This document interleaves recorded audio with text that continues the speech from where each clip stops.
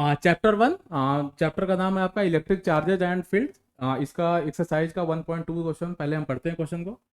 The electrostatic force on a small sphere of charge 0.4 microcoulomb due to another small sphere of charges -0.8 microcoulomb in air is 0.2 Newton.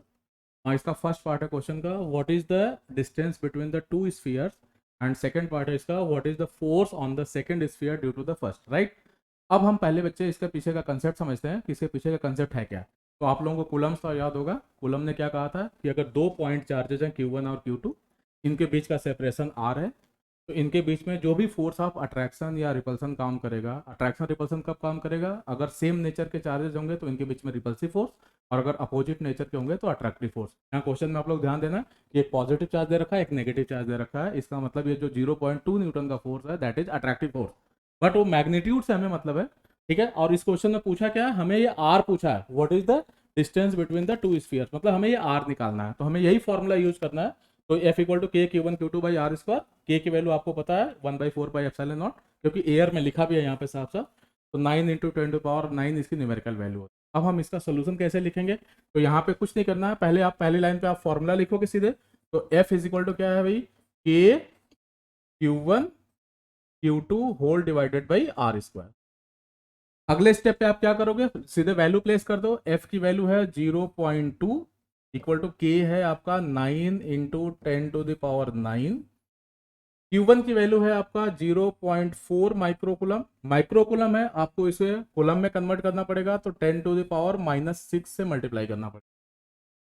दूसरा negative charge है, याद ना, minus sign नहीं place करना, हमें magnitude लेना है। So this is equal to multiplied by 0.8 × 10⁻⁻6 divided by r square.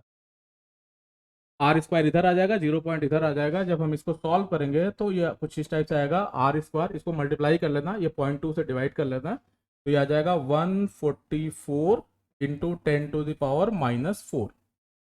इसका रूट ले लेना है आर के लिए। तो हम जब 144, आपको पता है कि 144 का रूट होता है 12, तो हो जाएगा 12 × 10⁻⁻4 का रूट हो जाएगा 10⁻⁻2। ये आपका मीटर में आ रहा है, ठीक है। अगर हम इसको चाहें तो सेंटीमीटर में कन्वर्ट कर सकते हैं, या फिर ऐसे ही रहने दे सकते हैं, मीटर में भी रहने दे सकते हैं। तो ये बेसिकली कितना आ जाएगा, 0.12 मीटर।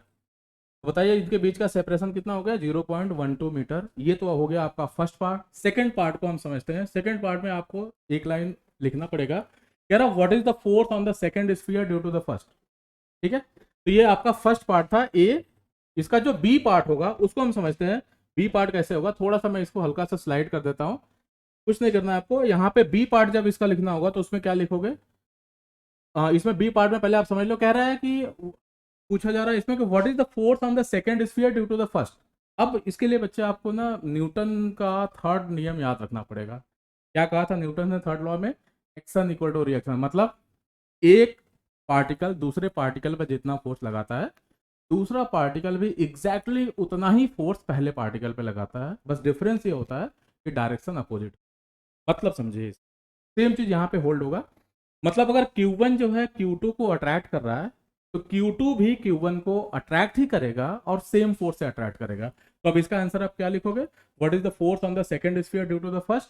तो आप लिखोगे सेकंड स्फीयर पे फोर्स की वैल्यू वही होगी 0.2 न्यूटन, ठीक है। क्योंकि सेकंड स्फीयर पे फर्स्ट स्फीयर 0.2 लगाएगा, तो फर्स्ट पे भी सेकंड स्फीयर कितना लगाएगा, 0.2। तो आपको सेकंड पार्ट में बस एक लाइन लिखना है, क्या लिखेंगे कि फोर्स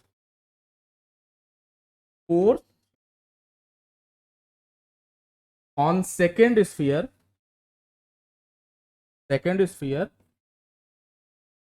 will be